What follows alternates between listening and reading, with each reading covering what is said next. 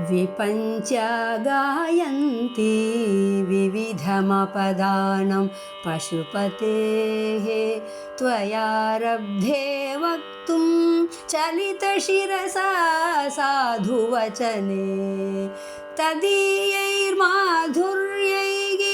अपलपिततन्त्रीकलरवा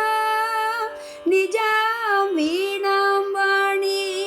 निचुलयति चोलेन निभृतं कराग्रेण स्पृष्टं तुहिनगिरिणा वत्सलतया गिरीशेनोधस्तं मुहुरधरपानाकुलतया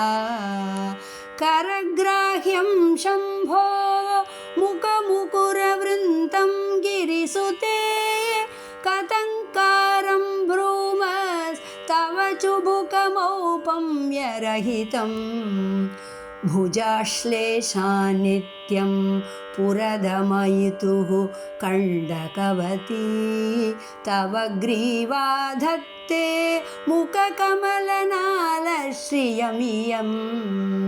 स्वतश्वेत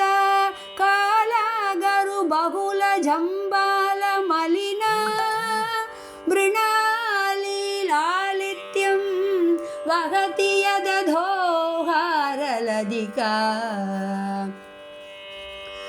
गले रेकास्तिस्रो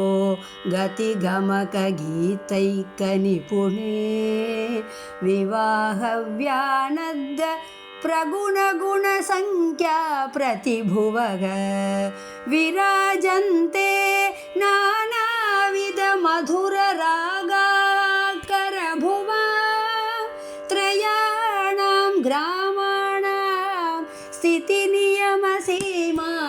इव ते मृणाली मृद्वीनां तव भुजलतानां च तसृणां चतुर्भिः सौन्दर्यं सरसिजभवस्तौति वदनैः नकेभ्यश्चन्द्रस्य प्रथममदनादन्दकरिभोः चतुर्णां शीर्षाणां सममभयहस्तार्पणधिया